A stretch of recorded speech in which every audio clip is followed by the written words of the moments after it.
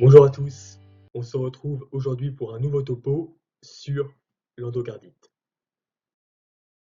Qu'est-ce que c'est que l'endocardite? C'est l'infection d'une ou de plusieurs valves cardiaques, qu'elles soient natives ou prothétiques.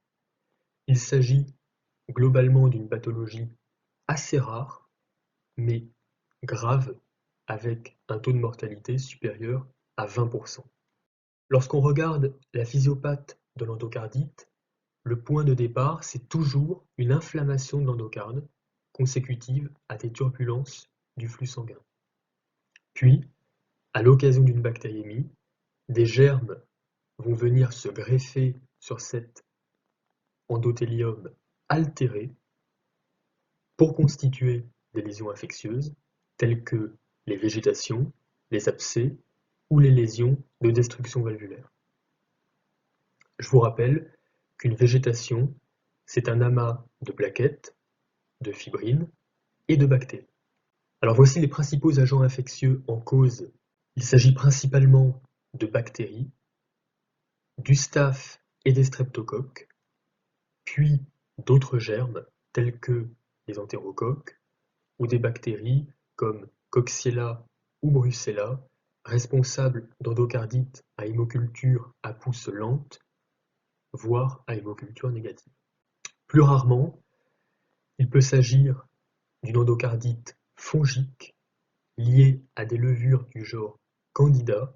Dans ces cas, il s'agit d'endocardites souvent très graves. Donc l'endocardite fongique est rare, mais très grave. L'identification de l'agent infectieux en cause est importante parce qu'elle permettra de rechercher de manière ciblée la porte d'entrée de l'endocardite pour pouvoir ensuite la traiter. Alors je ne vais pas redétailler tout le tableau clinique. La sémiologie de l'endocardite est riche. Je vous rappelle simplement ici les circonstances qui doivent vous faire évoquer une endocardite, et on en reparlera dans les QCM, ainsi que les principaux éléments qu'il faudra rechercher à l'examen clinique. Les signes cutanés classiquement décrits dans la littérature sont en fait rarement observés. Il s'agit principalement du faux Panary d'Osler, à rechercher au niveau des extrémités, doigts ou orteils, de l'érythème palmoplantaire de Janeway ou du purpura. Et en cas d'endocardite, il s'agit d'un purpura vasculaire, et je vous rappelle que le purpura vasculaire est un purpura déclive, favorisé par l'orthostatisme, qui épargne les muqueuses, qui peut s'accompagner, comme c'est le cas ici, en bas de la photo, d'éléments infiltrés ou nécrotiques, mais qui ne s'accompagne pas d'autres manifestations hémorragiques, comme c'est le cas du purpura thromboplénique. Pour ce qui est des complications, on peut les répartir en 4 catégories. Les complications emboliques, qui concernent la moitié des patients. Il peut s'agir d'embolie septique cérébrale ou périphérique. Attention, l'embolie pulmonaire ne se voit que en cas d'endocardite du cœur droit, la plupart du temps chez le patient toxicomane. Il peut s'agir de complications immunologiques liées à la mise en circulation de complexes humains, antigènes ou anticorps. Il peut s'agir de complications cardiaques, et j'attire votre attention sur les troubles conductifs.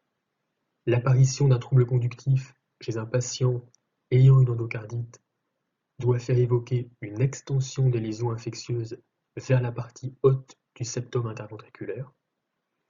Et puis enfin, il peut s'agir de complications infectieuses, sepsis ou choc septique. Donc essayez toujours de vous rappeler de ces 4 catégories de complications pour ne rien oublier. Il faudra toutes les rechercher. Même chose, pour y voir plus clair, j'ai choisi de répartir les examens complémentaires en plusieurs catégories. Le bilan de débrouillage peut montrer un syndrome inflammatoire biologique ou, à la BU, la présence d'une protéinurie et d'une hématurie qui peuvent faire évoquer une glomérulonéphrite. Toutefois, les 2 examens qui permettent de confirmer l'endocardite sont les hémocultures et l'échographie cardiaque. Vous devez connaître les conditions de prélèvement des hémocultures, que je vous rappelle ici. Quant à l'échographie cardiaque, elle sera réalisée d'abord par voie transthoracique, puis le cas échéant, par voie transœsophagienne. C'est-à-dire que si vous avez une suspicion d'endocardite plutôt faible, vous allez commencer par faire une ETT. Si vraiment vous n'y croyez pas trop, que les hémocultures restent stériles, si l'écho ne montre aucun argument en faveur de l'endocardite, vous pouvez vous arrêter là. En revanche, si votre suspicion d'endocardite est forte, que le patient est bactériémique, si l'ETT n'est pas concluante, il ne faut pas hésiter à la répéter ou à demander une ETO. Les lésions recherchées sont toujours les mêmes, végétation, abcès, mutilation valvulaire, et l'écho vous permettra en plus d'évaluer les fonctions valvulaires et le retentissement sur l'hémodynamique intracardiaque. Je vous ai mis à titre indicatif la sensibilité de l'ETT versus ETO pour le diagnostic d'une endocardite sur valve native. Et vous voyez que même si la performance de l'ETT est plutôt bonne, celle de l'ETO est encore meilleure. Alors voici quelques images. Une ETT en coupe apicale 4 cavités. La flèche blanche vous indique la présence d'une végétation centimétrique, voire supracentimétrique sur la valve mitrale.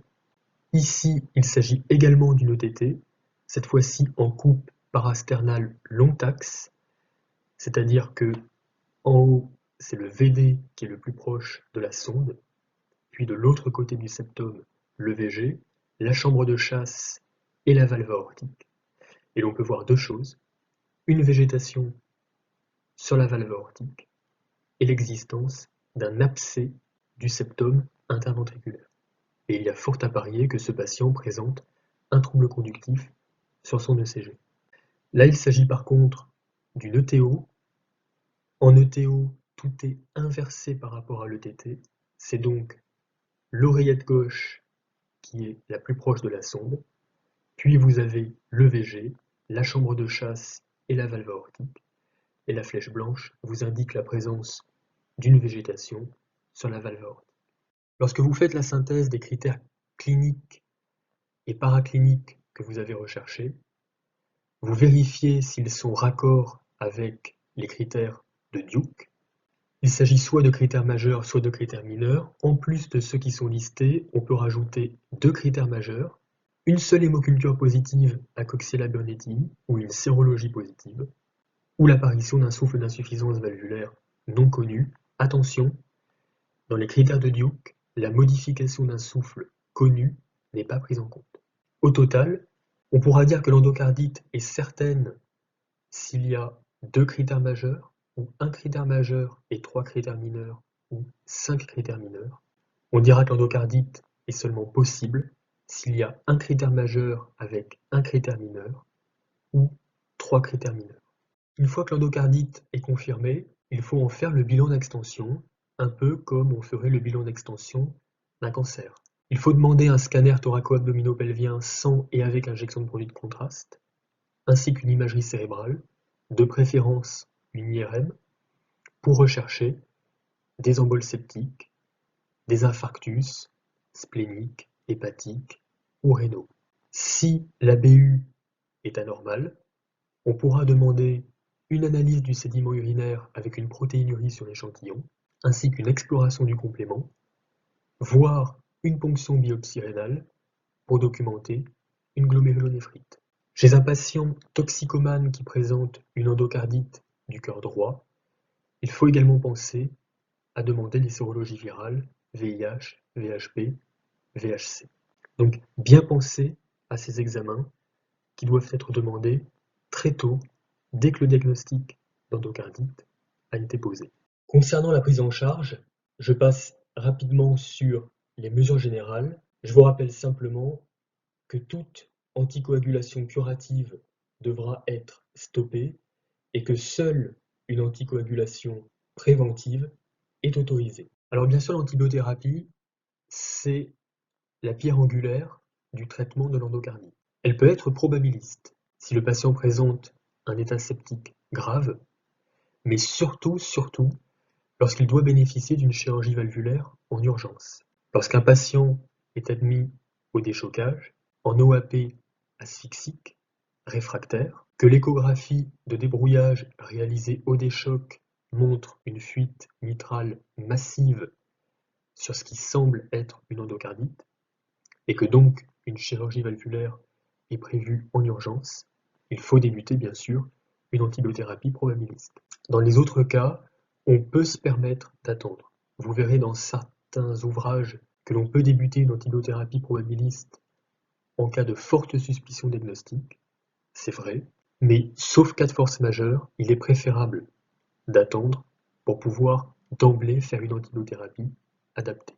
L'antibiothérapie probabiliste se décide en fonction de est-ce que l'on pense à une endocardite sur valve native ou sur valve prothétique mise en place il y a plus de 1 an, ou si on redoute une endocardite sur valve prothétique mise en place il y a moins de 1 an, auquel cas il faut impérativement couvrir le Staph aureus métis-R et donc traiter entre autres par vancomycine.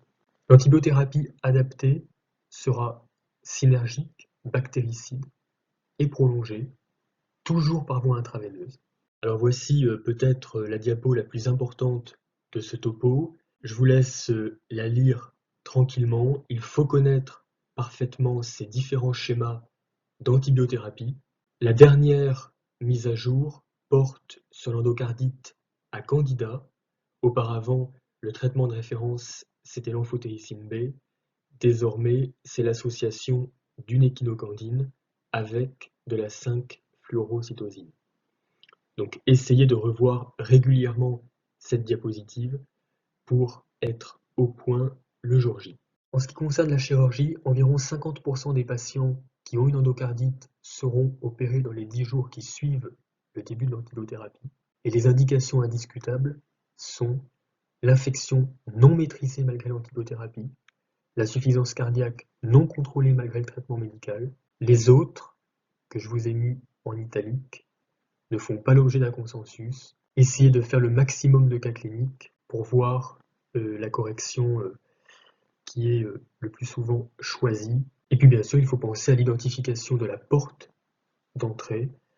Je ne vais pas tout détailler, mais à chaque germe, il faut rechercher une porte d'entrée bien précise. Le cas le plus classique, c'est le patient qui fait une endocardite à Streptococcus bovis ou à entérocoque, chez lequel il faut demander une coloscopie qui permet de découvrir un cancer colique, de quoi faire un joli dossier transversal. N'oubliez pas la surveillance clinique d'effervescence, examen clinique quotidien, biologique, pensez à regarder la fonction rénale, pensez à demander des hémocultures quotidiennes jusqu'à stérilisation, et n'oubliez pas le dosage des antibiotiques.